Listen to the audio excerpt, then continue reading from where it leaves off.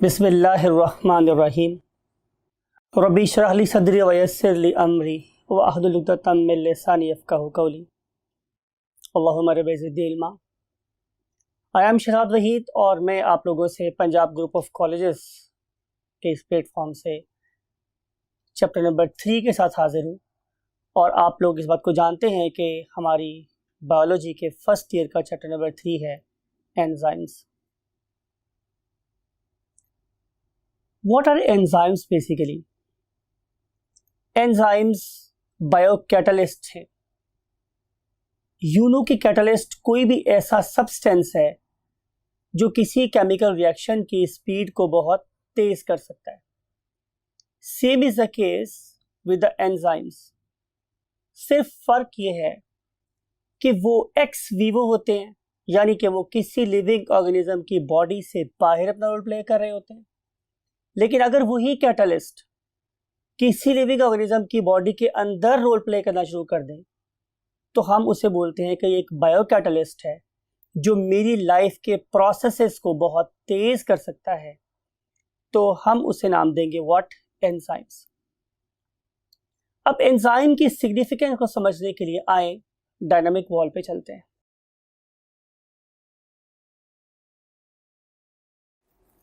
ये मैंने आप लोगों के लिए एक इमेज बनवाया है। इसमें यू कैन सी कि मैंने एक ट्रायंगल ड्रॉ की है, एक स्क्वायर ड्रॉ किया हुआ है, एक फॉर एग्जांपल पेंटागन या हेक्सागन है, और एंड पे मैंने एक सर्कल ड्रॉ किया है। फिर आप लोगों से क्वेश्चन ये है कि इनमें से कौन सी ऐसी चीज़ है जिससे शायद हमारी ज़िंदगी के स्टैंडर्ड्स को, रहने सहने के तरीके को, हमारी ज़िंदगी की पेस को बहुत तेज़ कर दिया है। तो यकीनन आपका जवाब होगा कि ये सर्कल है। इसीलिए कहा जाता है कि अगर पहिया ईजाद ना होता तो शायद आज हमारी ज़िंदगी की रफ्तार इतनी स्पीड ना पकड़ पाती। तो ये सर्कल, ये पहिया, इसने हमारी ज़िंदगी की रफ्तार को बहुत तेज़ कर दिया। अगर आप पहिए की ईजाद से पहले की ज़िंदगी को देखें और बाद की ज़िंदगी को देखें तो आपको इसकी डायनामिज्म बहुत डिफरेंट नज़र आएगी। Same is the case with these molecule, जैसे आज हम पढ़ने जा रहे हैं एंजाइम्स। यानी कि अगर आप एंजाइम के दुनिया में इंट्रोड्यूस होने से पहले की लाइफ को देखें तो इट वाज वेरी स्लगिश। लेकिन जो ही एंजाइम्स के मॉलिक्यूल्स इंट्रोड्यूस हुए तो लाइफ की पेस ही चेंज हो गई। शायद पैदल चलने वाला इंसान एकदम से किसी जेट फाइटर पर सवार हो गया था। तो ये है सिग्निफिकेंस हमारे एंजाइम की कि एंजाइम ने हमारी ज़िंदगी की पेस को बहुत ज़्यादा तेज कर दिया। क्या ये जो एंजाइम है ये सिर्फ हमारे रिएक्शंस को तेज करने के काम आ रहे हैं? तो उसके लिए हमने एक जंगल में से, लिविंग वर्ल्ड में से एग्जांपल आप लोगों ने ढूंढी है। उस एग्जांपल में यू कैन सी कि देयर इज अ बीटल। हमने इसका नाम रखा हुआ है व्हाट, बोम्बार्डियर बीटल। कि जो बोम्बार्डियर बीटल है इसमें ये एबिलिटी है कि जो ही इसका सामना अपने किसी प्रेडेटर से होता है जिसे हम मैंटिस बोलते हैं, तो ये बोम्बार्डियर बीटल एक बहुत फोर्सफुल स्प्रे करता है इस मैंटिस के ऊपर। जो ही ये स्प्रे उस तक पहुंचता है तो इट इज़ वेरी हॉट, तो बहुत ज़्यादा बर्निंग का एहसास होता है मैंटिस को। प्लस एक बहुत ही स्ट्रॉन्ग किस्म की पॉपिंग साउंड प्रोड्यूस होती है जो थ्रेटेंड फील होती है उस मैंटिस को, वहाँ से भाग जाता है। और इसी असना में इस पर्टिकुलर बीटल को यहाँ से एस्केप होने का मौका मिलता है। ये वही एंजाइम है अगेन जो प्रेडेटर और प्रे के लाइफ साइकिल को बैलेंस किए हुए हैं। यही एंजाइम्स एनर्जी प्रोवाइड कर रहे हैं किसको, प्रेडेटर को, टू कैच इट्स प्रे। और यही एंजाइम प्रे को एनर्जी प्रोवाइड कर रहे हैं to move away from the predator to save its life. तो आए हम इन्हीं ग्रेट मॉलिक्यूल्स की बायोकेमिस्ट्री को स्टडी करते हैं। So let's go to the whiteboard.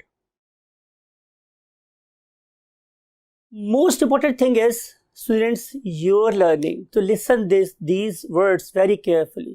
इसमें से हर एक वर्ड आप लोगों को एक नंबर दे सकता है लाहौर बोर्ड में।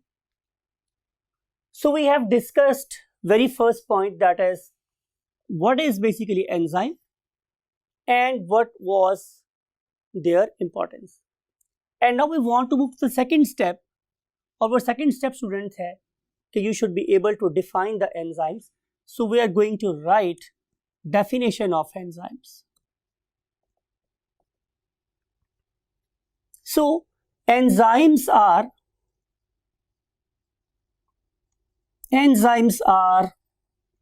biocatalysts. ये वाला वर्ड मैंने आप लोगों से इंट्रोडक्शन में यूज किया हो. Enzymes are biocatalysts used to speed up biochemical reactions. यानी कि वो वाले रिएक्शंस, वो वाले केमिकल रिएक्शंस जो किसी लिविंग ऑर्गेनिज्म की बॉडी में हो रही है. सो बायोकेमिकल रिएक्शंस को इनहांस करने वाली चीज का नाम क्या है? एंजाइम्स. अगली बात स्टूडेंट्स ये है कि ऑल एंजाइम्स आर प्रोटीन्स. जितने भी एंजाइम मेरे पास प्रेजेंट हैं वो क्या हैं? प्रोटीन.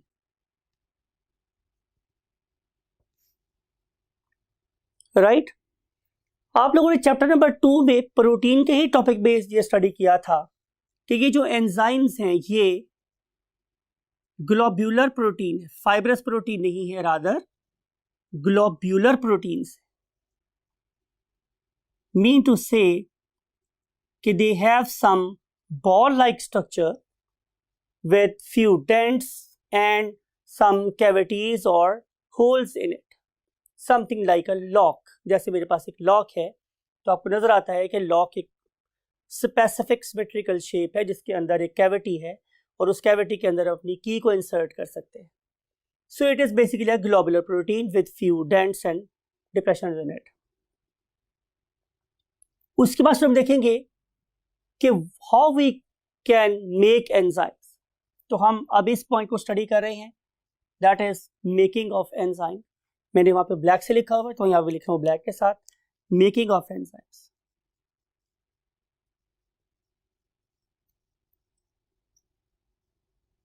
तो स्टूडेंट्स किसी भी एंजाइम्स को बनाने के लिए, किसी भी एंजाइम को बनाने के लिए जो इंस्ट्रक्शंस हैं वो बेसिकली कहां से आती हैं? Definitely from the code of DNA. आप लोगों के डीएनए में उसका कोड प्रेजेंट होता है. फिर हम इस पर्टिकुलर कोड को ट्रांसफॉर्म कर देते हैं किस में? मैसेंजर आरएनए में. और आपको ये बात पता है, हमने लास्ट टाइम पढ़ी थी टाइप्स ऑफ आरएनए में, कि ये आरएनए जाता है किसके पास स्टूडेंट्स? राइबोसोम्स के पास. और फिर राइबोसोम्स इस कोड को डिकोड करके with the help of transfer RNA क्या बना देते हैं? Definitely enzymes. तो इसका मतलब यह है कि दूसरी प्रोटीन की तरह से एंजाइम्स को बनाने वाली ऑर्गेनेल का नाम भी क्या है? राइबोसोम. अब हम इससे और आगे चलेंगे. तो हमें अंडरस्टैंड करना है, ये मैंने आप लोगों के लिए ड्रॉ कर दिया स्टूडेंट, व्हाट? एक नाइफ से. ये मेरे पास एक नाइफ है, दिस वन. तो अगर आप देखें किसी भी छुरी को या नाइफ को तो यू नो वेरी वेल कि इसका जो ऊपर वाला एज है ये नॉर्मली मोटा होता है और जो इसका कटिंग एज है वो काफी ज्यादा थिन होता है. I am talking about this edge. ये बहुत थिन होता है.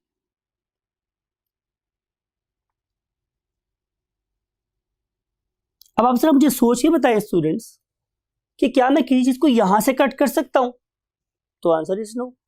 कटिंग एज तो ये वाली सरफेस है जो बहुत ज्यादा शार्प है.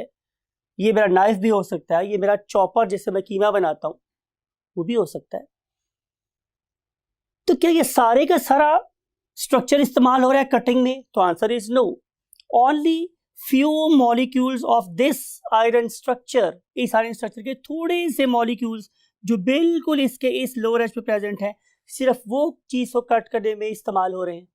तो ये जो बाकी सारा कुछ हमने लगाया हुआ है, बाकी पूरा आयरन का मैस, वो बेसिकली इसको क्या प्रोवाइड कर रहा है? Stability. It is important students कि जो जितना ज्यादा मैं इसको हैवी बनाऊंगा उतना ही वो मेरा चॉपर स्टेबल होगा, उतनी ही मैं ज्यादा स्ट्रॉन्ग या मोटी मोटी बोन्स को भी कट कर सकूंगा. तो ये जो चीज है, ये बाकी सारी की सारी चीज ये उसको स्टेबिलिटी प्रोवाइड करे. हालांकि कटिंग एज तो बहुत थोड़े से मॉलिक्यूल्स. तो same is the case with the enzyme, कि एंजाइम एक बहुत ह्यूज स्ट्रक्चर है, राइट? उस बहुत ज्यादा बड़े स्ट्रक्चर के, उस बहुत ज्यादा बड़े स्ट्रक्चर की बात करो स्टूडेंट्स में, उसके अंदर हजारों लाखों मॉलिक्यूल्स, समथिंग लाइक इट, लेकिन ये सारे के सारे एंजाइम रिएक्शन में पार्टिसिपेट नहीं करते। सिर्फ और सिर्फ वो वाला एरिया जिसे फॉर एग्जांपल मैं अब रेड से शेड कर रहा हूं, ये वाला एरिया फॉर एग्जांपल, ये सबसे ज्यादा इंपॉर्टेंट है एंजाइम रिएक्शन में, दिस वन। अब ये जो सारे का सारा एरिया है, ये तो एक्टिवली पार्टिसिपेट कर रहा है केमिकल रिएक्शन में। तो ये जितना बाकी स्ट्रक्चर पीछे है, ये क्या प्रोवाइड कर रहा है इसे? Stability, right. तो इंपॉर्टेंट बात ये है कि ये और ये स्टेबिलिटी प्रोवाइड करने के लिए, राइट। सो आपकी बुक में एक वर्ड लिखा हुआ है कि bulk of the amino acid और bulk of the structure is there to provide stability to the enzymes. Only few amino acid, थोड़े से अमाइनो एसिड, जैसे मैंने शो किया आप लोगों के साथ, यहाँ पे भी रेड सरफेस के साथ, और अगर मैं इसको यहाँ भी शो करना चाहूँ तो ये जो रेड सरफेस है हमारी, ये वाले थोड़े से अमाइनो एसिड सिर्फ और सिर्फ कटिंग में इस्तेमाल हो रहे हैं या एक्चुअल एक्टिविटी में इस्तेमाल हो रहे हैं। Now we want to move to the next point. और वो नेक्स्ट पॉइंट मेरे पास क्या है students? What parts of enzyme. So perhaps यहाँ पे जगह कम है, तो नेक्स्ट पॉइंट पे चलते हैं, नेक्स्ट हाफ में चल रहे हैं। So we want to move to this part, that is the parts of an enzyme. मेरे पास एंजाइम के कौन कौन से पार्ट्स हो सकते हैं? इस पर्पस के लिए हमने एक टेबल आप लोगों के लिए बनवाया हुआ है, यहाँ पे एक फिगर भी आप लोगों के पास, लेकिन फिर भी हम यहाँ पे अपनी ईज के लिए भी ड्रॉ करते हैं कि what are the various parts of enzyme, because pictorial memory का भी अपना एक रोल होता है। So parts of enzyme, there are two main parts of enzyme, mean to say proteinic part of enzyme, mean कि ये प्रोटीन्स का बना हुआ है, सोल प्रोटीन्स। अब यहाँ पे बात बड़ी इंपॉर्टेंट नोट करने वाली है स्टूडेंट्स को, ये कि बहुत से ऐसे एंजाइम्स हैं जिसमें सिर्फ प्रोटीन ही सफिशिएंट है, एलोन प्रोटीन ही सारे के सारे रिएक्शन को कैटालाइज कर लेती है। लेकिन बाज़ औक़ात ऐसा भी होता है, बल्कि अक्सर औक़ात ऐसा होता है कि मेरे एंजाइम में प्रोटीन के अलावा एक नॉन प्रोटीनिक पार्ट भी होता है, जिसे हम लोग यहाँ पे ऐसे लिख रहे हैं, नॉन प्रोटीनिक पार्ट।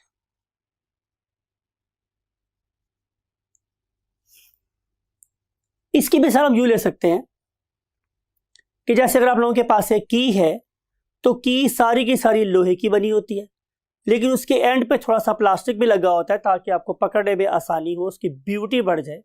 तो समझ लीजिए जो सारे का सारा लोहा है वो प्रोटीन है, और उसके ऊपर थोड़ा सा प्लास्टिक चढ़ा हुआ है वो उसका नॉन प्रोटीनिक पार्ट है। तो मुमकिन है कि की सारी लोहे की बनी हुई हो, ऐसा भी हो सकता है कि वो लोहे के साथ साथ थोड़ी सी प्लास्टिक की भी बनी हो, तो दोनों पॉसिबिलिटीज हो सकती है। अब हम इस नॉन प्रोटीनिक पार्ट को कहते क्या हैं? तो answer is students cofactor. Cofactor जहां जहां ये प्रेजेंट है वहां पे इसके दो पॉसिबल रोल हो सकते हैं। नंबर वन, कि it acts as a bridge, between the enzyme and its reactant, जिसे हम बोलते हैं सबस्ट्रेट। यानी कि अगर ये वाला मॉलिक्यूल प्रेजेंट होगा तो तभी हमारे एंजाइम की 3D स्ट्रक्चर कैसी होगी? सबस्ट्रेट के मुताबिक होगी। और अगर ये वाला पीस यहां पे प्रेजेंट नहीं है तो फिर वो वाला मॉलिक्यूल एंजाइम के साथ बाइंड नहीं होगा। इसलिए एंजाइम को सबस्ट्रेट के साथ बाइंड करवाने में जिस मॉलिक्यूल का बहुत इंपॉर्टेंट रोल है, जब वो ब्रिज के तौर पे काम कर रहा हो, उसे हम क्या बोलते हैं स्टूडेंट्स? कोफैक्टर। मिसाल के तौर पे अगर ये मेरे पास एक 3D स्ट्रक्चर है, समथिंग लाइक इट, ये वाला, राइट, इसे मैं बोल रहा हूं स्टूडेंट क्या? एंजाइम। और अगर मैं इस वाले पार्ट की बात करूं, ये वाला पार्ट, जिसे अब मैं आप लोगों की सहूलत के लिए रेड पेंट कर रहा हूं, I am doing it red paint, ये इसकी शेप को मॉडिफाई कर रहा है। मिसाल के तौर पे कि अगर ये प्रेजेंट है तो शेप इस तरह की है, और अगर ये प्रेजेंट ना हो तो फिर शेप जाहिर है इस तरह की होगी। अब मुझे सोच के बताएं कि इस वाले केस में इसके साथ कोई ऐसा मॉलिक्यूल बाइंड हो सकता है? तो आंसर इज नो, क्योंकि इसकी शेप से नहीं मिल रही। अगर मैंने इस एंजाइम की शेप इस तरह करनी है तो मुझे इसके आगे ये वाला मॉलिक्यूल लगाना ही पड़ेगा। अब इस मॉलिक्यूल की शेप इस मॉलिक्यूल के मुताबिक हो गई है, अब ये इसके साथ जाके क्लोज फिट बना सकता है। लिहाजा इस मौके पर ये एक ब्रिज के तौर पे काम कर रहा है, जो दो मॉलिक्यूल्स को एक दूसरे के क्या कर रहा है, कंपैटिबल बना रहा है, एक दूसरे के मुताबिक बना रहा है। फिर इसके अलावा ये वाली बात भी है स्टूडेंट्स कि ये non proteinic part some time direct source of energy भी होते। अब हमें देखना है कि इस नॉन प्रोटीनिक पार्ट की कितनी टाइप्स हो सकती। तो answer is there are two main types of non proteinic part. Number 1 is called as inorganic. Inorganic. And other one is called as what? Organic. Organic. अगर कोफैक्टर इनऑर्गेनिक हुआ तो ये usually कैसा होता है स्टूडेंट्स? कोवेलेंटली बॉन्डेड होता है।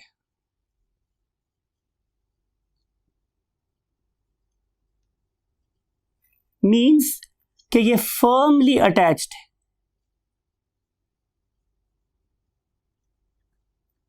और अगर आप इसकी नेचर देखें तो ये यूजुअली एक मेटल आयन होगा। मेटल आयन से हमारे पास क्या हो सकती है? जैसे जिंक है, कॉपर है, आयरन है, राइट? तो इस तरह की चीजें अगर इस्तेमाल हो रही हैं तो इस कोवेलेंटली बॉन्डेड मेटल इनऑर्गेनिक चीज को हम लोग नाम क्या देते हैं students? Prosthetic group. Prosthetic group. Block किया, स्टार लगाया, इसका क्या मतलब है? ये एक इंपॉर्टेंट डेफिनेशन। अगर कोई बंदा आपसे कहे कि जनाब डिफाइन प्रोस्थेटिक ग्रुप, तो आप क्या बोलेंगे? कि एक ऐसा कोफैक्टर जो इनऑर्गेनिक है, यूजुअली मेटल आयन है और फर्मली बॉन्डेड है, कोवेलेंटली बॉन्डेड है, तो आप उसे क्या बोलेंगे? Inorganic what? Prosthetic group. On the other hand, अगर आप लोगों के पास एक मॉलिक्यूल कैसा है? ऑर्गेनिक, ये उसके साथ लूजली बॉन्डेड है। लूजली बॉन्डेड का मतलब ये है कि ये बार बार अटैच भी हो सकता है, डिटैच भी हो सकता है। जैसे कि फॉर एग्जांपल आप लोगों के साथ आमतौर पर पेडस्टल फैन के साथ जो लीड अटैच होती है, आप उससे उतार नहीं सकते, वो इससे एग्जांपल हो जाएगी। लेकिन जो आप लोगों के पास कंप्यूटर या लैपटॉप्स है, उनके चार्जर आप लगा भी सकते हैं, उतार भी सकते हैं। तो ये लूजली बॉन्डेड है, जब चाह लगा लिया, जब चाह उतार लिया। तो इस वाले केस में जो मॉलिक्यूल है वो क्या कहलाएगा? Organic, loosely bonded. इसका मतलब ये होगा कि ये हमें स्मॉल क्वांटिटीज में चाहिए हैं।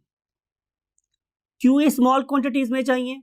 बिकॉज के ये बार बार यूज हो रहे हैं, can be used again and again. जैसे कि चार्जर की एग्जांपल दी थी मैंने आप लोगों को, कि आप लोग देखेंगे कि ये बार बार इस्तेमाल हो सकता है। अब इस पर्टिकुलर चीज को हम क्या नाम देते हैं student? Answer is coenzyme. Coenzyme. तो कोएंजाइम ऑर्गेनिक मॉलिक्यूल होगा, लूजली बॉन्डेड होगा, स्मॉल क्वांटिटीज में रिक्वायर्ड होगा और बार बार यूज हो सकता होगा।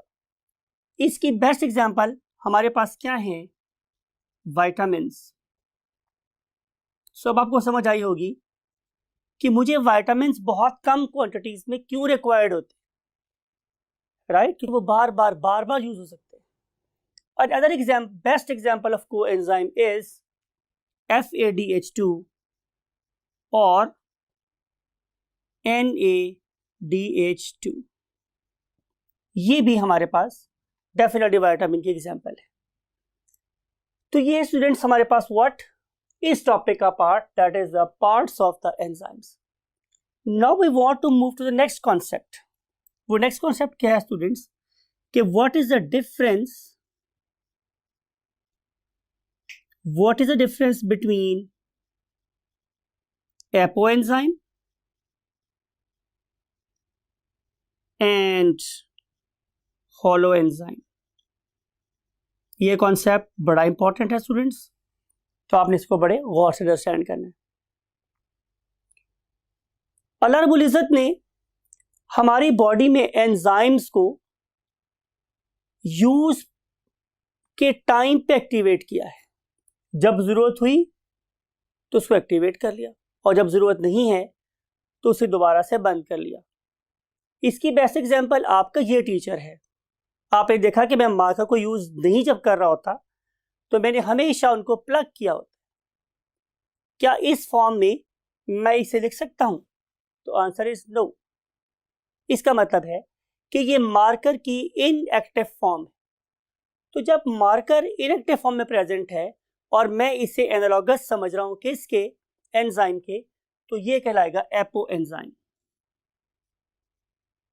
क्या लिखूं आप लोगों के लिए word? Inactive. So inactive form of enzyme is called as apo enzyme.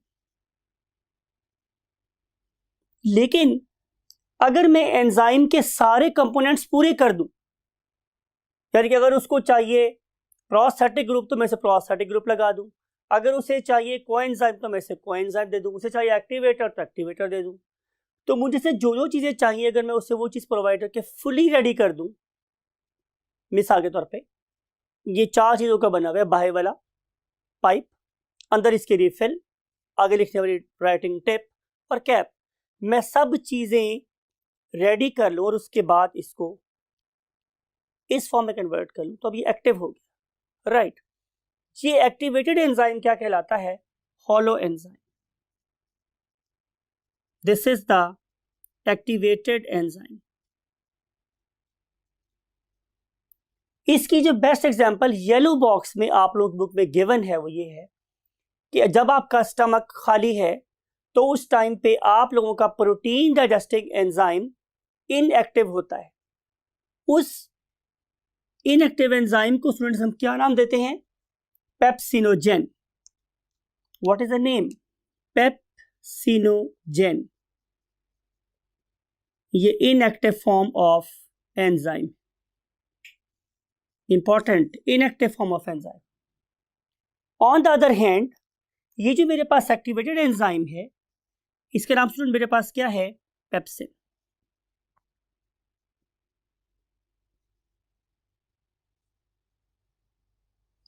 Next point है स्टूडेंट्स हमारे पास distribution of enzymes. Distribution of enzymes.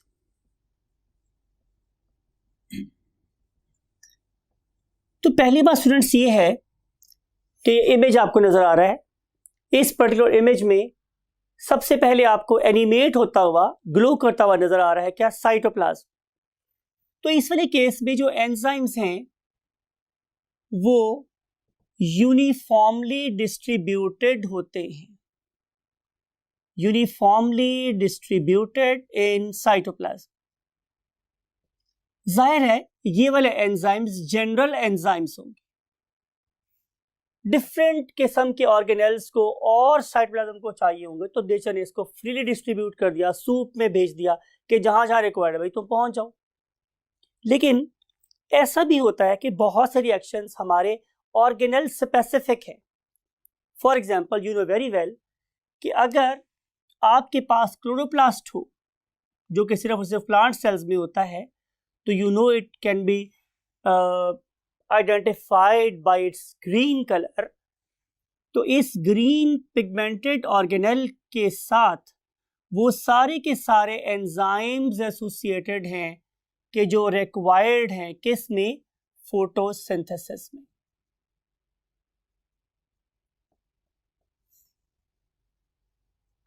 अल्लामा इकबाल का शेर मुझे याद आ रहा है इस मौके के ऊपर कि झपटना पलटना, पलट कर झपटना, लहू गर्म रखने का है एक बहाना। ये शेर किससे एसोसिएट हो रहा है? एक ऐसे ऑर्गेनेल से जो आप लोगों को एनर्जी प्रोवाइड कर रहा है। उस एनर्जी प्रोवाइडिंग ऑर्गेनेल का नाम स्टूडेंट्स मेरे पास क्या है? माइटोकॉन्ड्रिया। तो आपके जिस्म में जितनी एनर्जी है, जितनी तवानाई है, जितनी सलाहियतें हैं, उनके पीछे जिस ग्रेट ऑर्गेनेल का नाम आता है वो क्या है स्टूडेंट्स? माइटोकॉन्ड्रिया। और आप लोग पढ़ के आए हैं कि माइटोकॉन्ड्रिया हमें एनर्जी प्रोवाइड करता है through the oxidation of food. तो हमारे रेस्पिरेटरी एंजाइम्स, और मैं एक वर्ड आपको यूज कर रहा हूं कि हमारी ऑक्सीडेशन ऑफ फूड के लिए जितने एंजाइम्स चाहिए, वो सारे के सारे एंजाइम इसकी मेम्ब्रेन से एसोसिएटेड है। राइट स्टूडेंट्स, अब हम पढ़ेंगे एग्जाम्पल नंबर 3। फिर हम लोग पढ़ चुके हैं एक और ऑर्गेनेल, उसको बोलते हैं हम लोग राइबोसोम्स। ये राइबोसोम्स बिल्कुल हमने पहले वाले कॉलम में देखा कि ribosomes are used to make proteins. So जितने भी प्रोटीन मेकिंग एंजाइम हैं वो सारे के सारे राइबोसोम से एसोसिएटेड है। तो आपका क्या ख्याल है, मेरी बॉडी के सेल्स को डिवाइड करवाने वाले एंजाइम्स कहां एग्जिस्ट करते होंगे? यस, यू आर राइट, वो एग्जिस्ट करते हैं न्यूक्लियस में। तो डीएनए और आरएनए से एसोसिएटेड जितने भी एंजाइम्स हैं, डीएनए एंड आरएनए से एसोसिएटेड जितने भी एंजाइम हैं, वो सारे के सारे न्यूक्लियस में लोकेट करते हैं। तो इसका मतलब ये हुआ कि एंजाइम जनरल भी हो सकते हैं और स्पेसिफिक भी हो सकते हैं, तो अल्लाह ताला ने उसकी डिस्ट्रीब्यूशन भी उसके लिहाज से की हुई। राइट स्टूडेंट्स, मुझे अल्लामा इकबाल का एक और शेर याद आ रहा है, जिंदगी क्या है अनासर में ज़हूर तरतीब, और मौत क्या है इन अज्जा का परेशान हो जाना। जब तक ये सारी चीजें हमारे साथ चलती हैं अल्लाह ताला के हुक्म से, तो हम जिंदा रहते हैं। हमारे हर बॉडी का रिएक्शन अल्लाह ताला के हुक्म से बिल्कुल सही सही चल रहा होता है। लेकिन जब इनके अंदर बिगाड़ शुरू होता है, परेशानी शुरू होती है, तो हमारा जर्नी टूवर्ड्स डेथ स्टार्ट हो जाता है। तो मौत क्या है इन्हीं अज्जा का परेशान हो जाना। अब हम स्टडी करने वाले हैं कैरेक्टरिस्टिक्स ऑफ एंजाइम्स। इस लेक्चर नंबर 1 का लास्ट टॉपिक है कैरेक्टरिस्टिक्स ऑफ एंजाइम।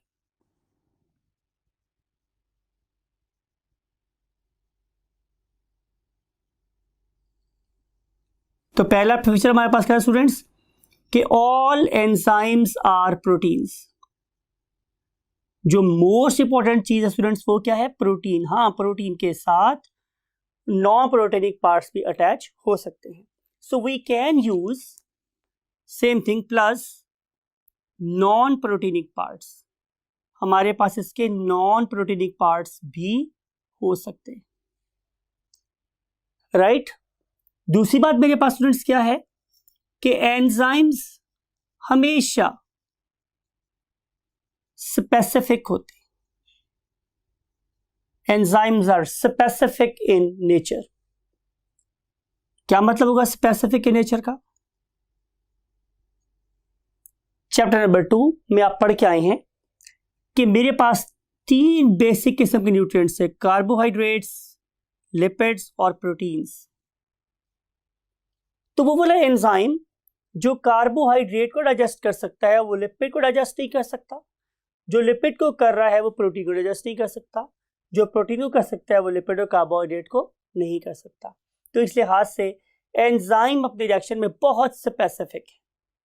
और एंजाइम जिस पर्टिकुलर मॉलिक्यूल, स्पेसिफिक मॉलिक्यूल से कंबाइन होता है उसे हम क्या बोलते हैं student? Substrate.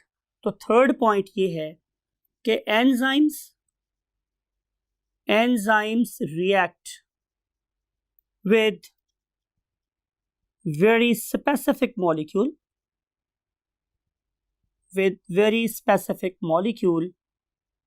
called as substrate.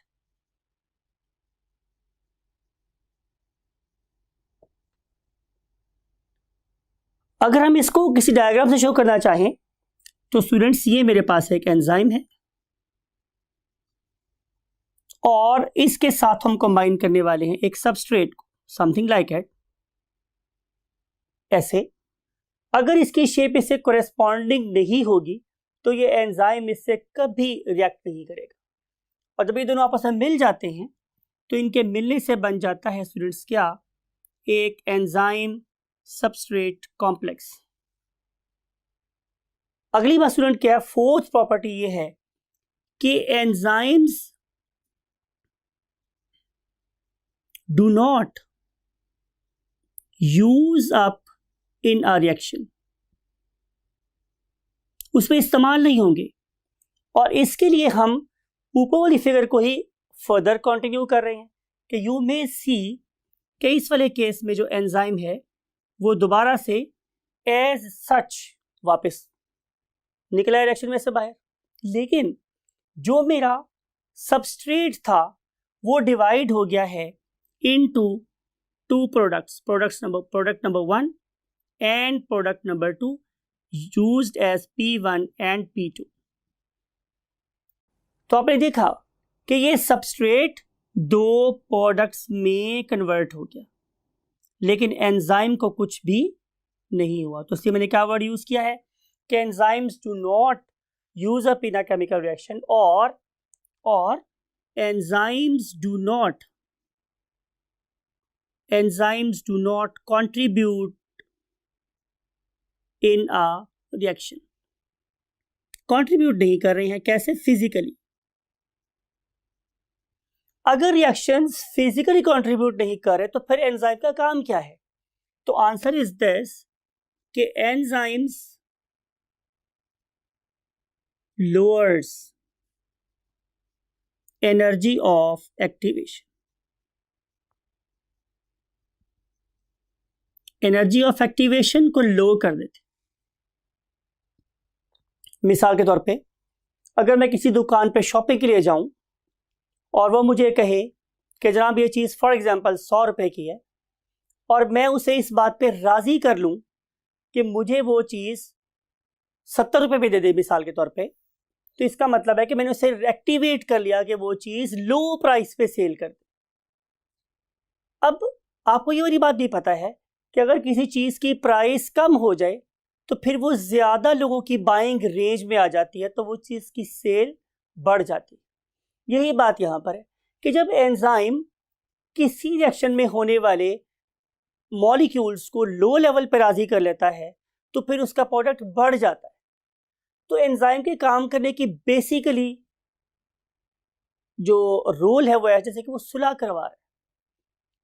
ये मेरे पास एक मॉलिक्यूल था ए, दूसरा मॉलिक्यूल था बी, ये दोनों बहुत हाई लेवल पर खड़े थे, दोनों शेक हैंड करने को राजी भी नहीं थे, दूसरे का मुंह देखने को भी राजी नहीं थे। लेकिन जब एंजाइम इनके पास आया तो ए और बी ने अपनी तमाम की तमाम नफरतें मिटा दी, और मिटाने के बाद वो जो उन पे शैतानी लेवल बहुत हाई लेवल पे था वो बहुत लो लेवल पे आ जाएगा। अब वो दोनों शेक हैंड भी करेंगे, गले भी मिलेंगे, और क्या होगा, प्रोडक्ट बन जाएगी, दैट मे बी द सी, और यहाँ से माइनस हो जाएंगी क्या, नफरतें। तो इस तरीके से आप अंडरस्टैंड कर सकते हैं कि एंजाइम बेसिकली एक मेडिएटर, एक सुलहजू का रोल अदा कर रहे होते हैं, और ये एनर्जी ऑफ एक्टिवेशन को लो करके रेट ऑफ रिएक्शन और amount of product per unit time दोनों बहुत ज़्यादा इंक्रीज कर देते हैं। So these are the few characteristics of the enzymes. और अब हम आप लोगों से एंजाइम के मोड एक्शन पे मिलेंगे